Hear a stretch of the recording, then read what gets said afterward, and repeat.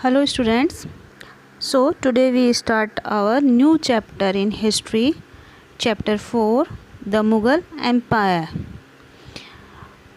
From the latter half of the 16th century, they expand their kingdom from Agra and Delhi until in the 17th century they control nearly all of the subcontinent.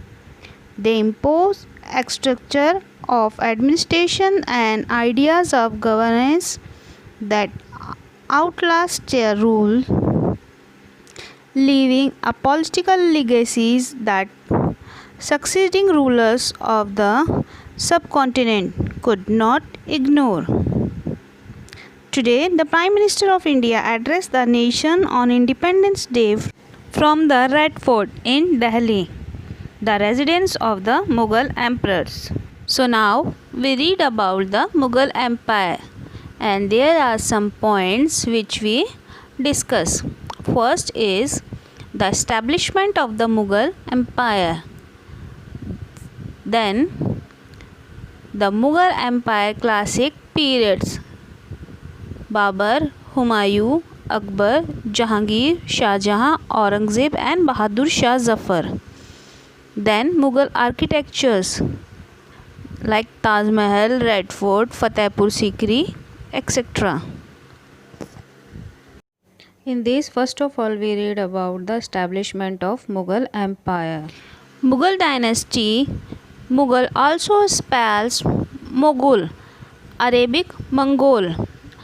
Muslim dynasty of the Turki-Mongol origins that rule most of the northern India from the early 16th to mid-18th century, after which it continues to exist as a considerably reduced and increasingly powerless entity until the mid-19th century. The Mughal dynasty was notable for its more than 2 centuries of effective rule over much of India, for the ability of its rulers, who through 7 generations maintained a record of unusual talent, and for its administrative organization. A further distinction was the attempt of the Mughals, who were Muslims, to integrate Hindus and Muslims into a united Indian state.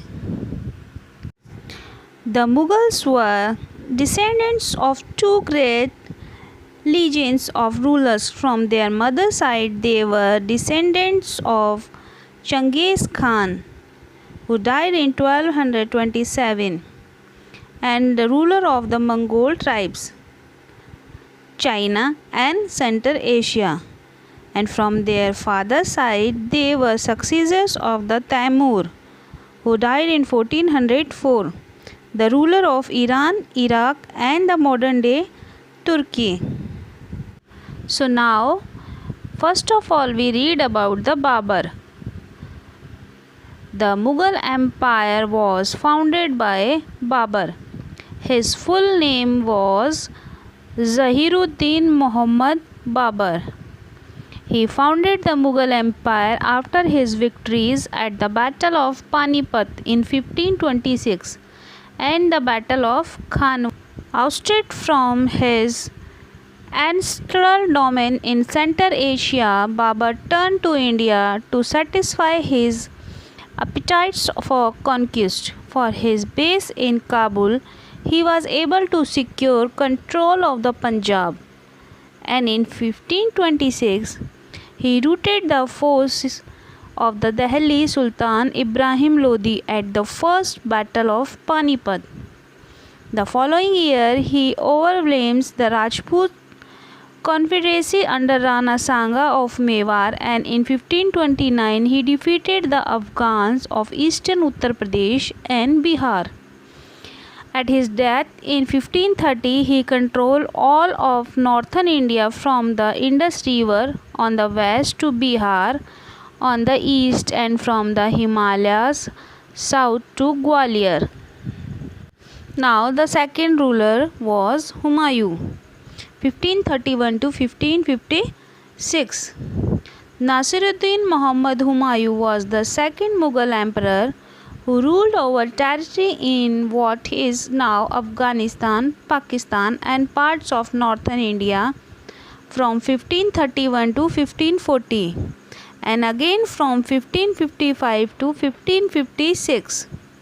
Like his father Babur, he lost his kingdom early, but regained it with Persian aid, with additional territory at the time of his death in 1556.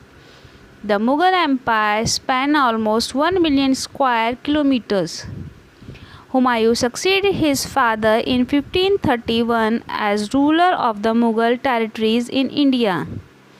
At the age of 23, Humayun was an inexperienced ruler when he came to power. His half-brother Kamran Mirza inherited Kabul and Lahore, the more northern parts of their father's empire. Mirza was to become a bitter rival of Humayun. Humayun divided his inheritance according to the will of his father. His brothers were each given a province. The ambition of his brother Mirza Kamran weakens Humayun's cause against Afghan competition. Sher Khan defeated Humayun at Chausa in 1539 and Kannauj in 1540, forcing him to flee to Iran. So, understand all of these things. First of all, we talk about the Sher Shah Suri. He was founder of the Suri Empire. It was the second Afghan empire after Lodi dynasty. His original name was Farid. Bahar Khan Lohani, the governor of Bihar, gave him the title of Sher Khan for his bravery. He adopted the title of Sher Shah after defeating Humayun in the Battle of Chausa. He defeated Humayun in the Battle of Kannauj and proclaimed himself as the Emperor of Hindustan. His last campaign was against Kalinjar, in which he succeeds but died of gunpowder explosions in 1545. So, first of all, we talk about the Battle of Chausa. Sher Shah met Humayun in Battle of the bank of the Ganges near Banaras in Chausa on 1539 AD.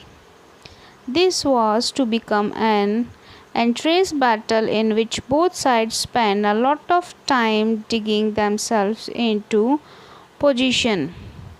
After the army of Humayun had made its charge and Sher Shah troops made their agreed open retreat, the Mughal troops relaxed their defensive preparations and returned to their entrenchment without posting a proper guard.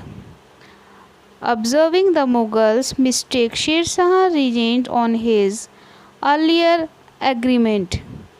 That very night his army approached the Mughal camp and finding the Mughal troops unprepared with a majority asleep, they advanced and killed most of them. The emperor survived by swimming the Ganga using an air-filled water skin and quietly returned to Agra. In between, we also talk about the Sher Shah's administration. Sher Shah was a brilliant administrator.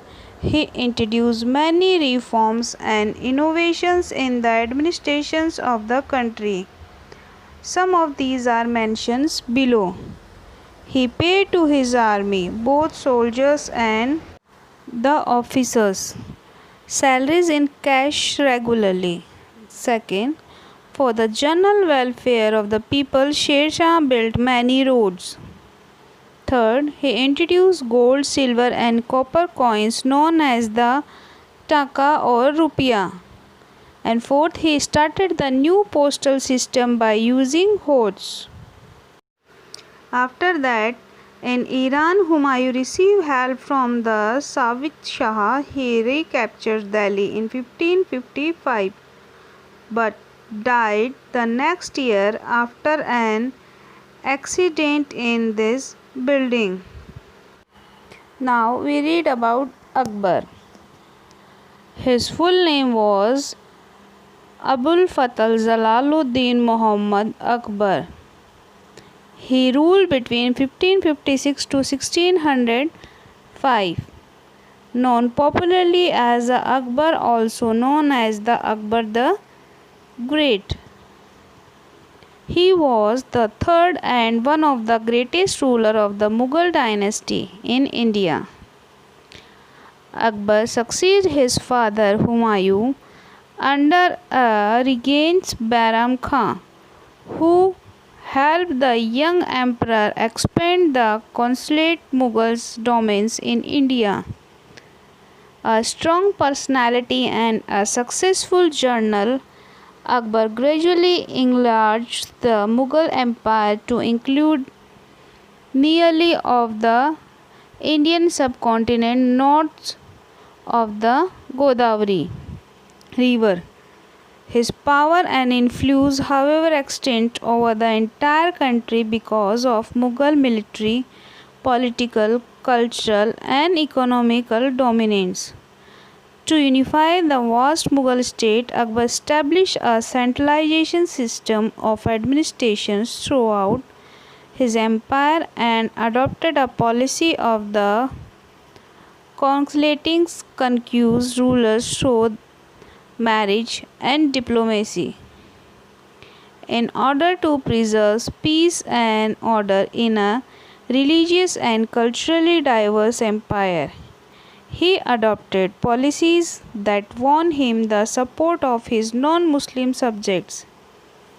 Eschewing tribal bonds and Islamic State identity, Akbar threw a personalized culture to himself as an emperor who had near divine status. Now we are talking about Akbar's policies. Akbarnama tells us about Akbar's policies. First, the Rajput policy. Akbar defeated Rajputs but allowed them to rule continue on their territories. Akbar married into Rajput families and his sons also took Rajput princes as their wives. Akbar gave high posts to Rajput chief in his administration.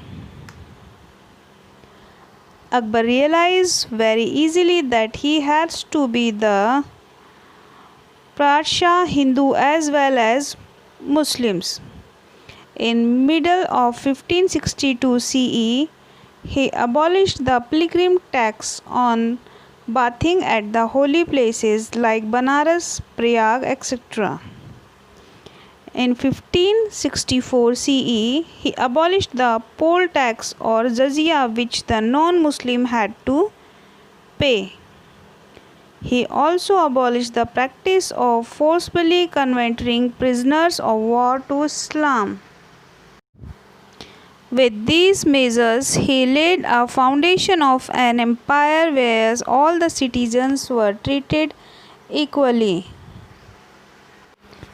So in this class, we read about three emperors of the Mughal Empire: Babur, Humayun, and Akbar. I hope you understand. Thank you.